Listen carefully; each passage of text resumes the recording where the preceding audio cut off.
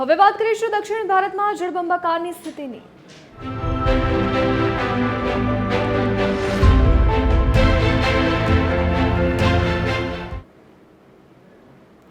દિવાળીના તહેવારની ઉજવણી વચ્ચે તમિલનાડુમાં ભારે વરસાદનું વિઘ્ન આવ્યું।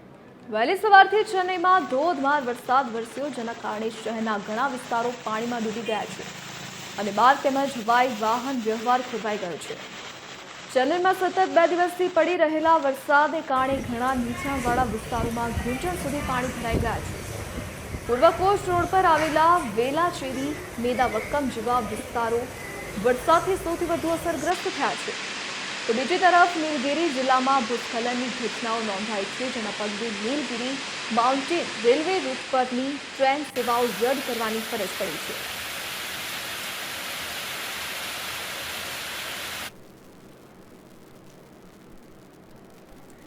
દિવાળીના તહેવારની ઉજવણી વચ્ચે દક્ષિણ ભારતમાં મેઘરાજા વિઘ્નને ગરજ્યા છે।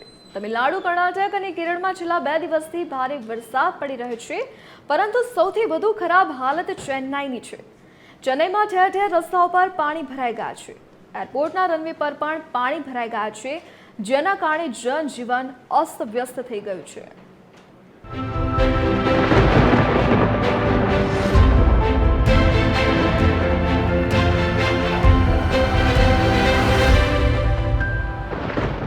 તમિલનાડુમાં જળ દિવાળી, રસ્તાઓ અને એરપોર્ટ રનવે પર પાણી ભરાયા। તમિલનાડુ, કર્ણાટક અને કેરળમાં પૂરની સ્થિતિ, નીચાણવાળા વિસ્તારો ખાલી કરવાના આદેશ। 25 ઓક્ટોબર સુધી ભારે વરસાદની આગાહી। ભૂસ્ખલન બાદ નીલગિરી માઉન્ટેન રેલવે સેવા રદ।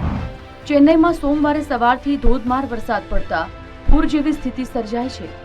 થુથુકુડી અને ચેન્નાઈના નીચાણવાળા વિસ્તારો જેમ કે વેલાચેરી, મેદાવક્કમ અને નીલંકરાઈ સંપૂર્ણપણે પાણીમાં ગરકાવ થઈ ગયો।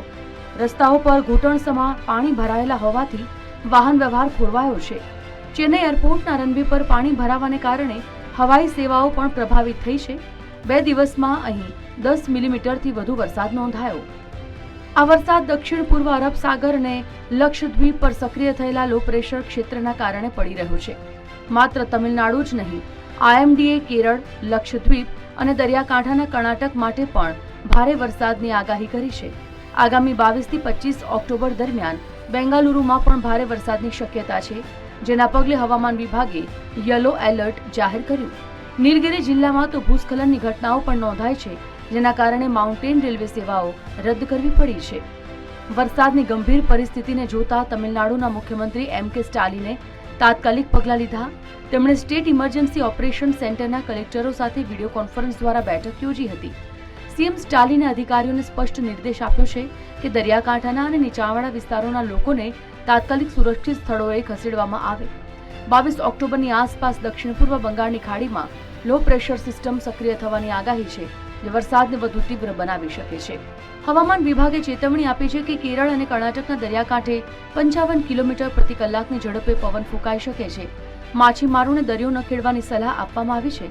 દિવાળીના દિવસે પણ હળવાથી મધ્યમ વરસાદની સંભાવના છે, ત્યારે વહીવટી તંત્ર લોકોને સતર્ક રહેવા માટે જણાવી રહ્યું છે। દક્ષિણ ભારતમાં હાલ પૂરની આગળ આ આફત ટળે તેવું નથી લાગતું। Bureau report, TV13 Gujarati.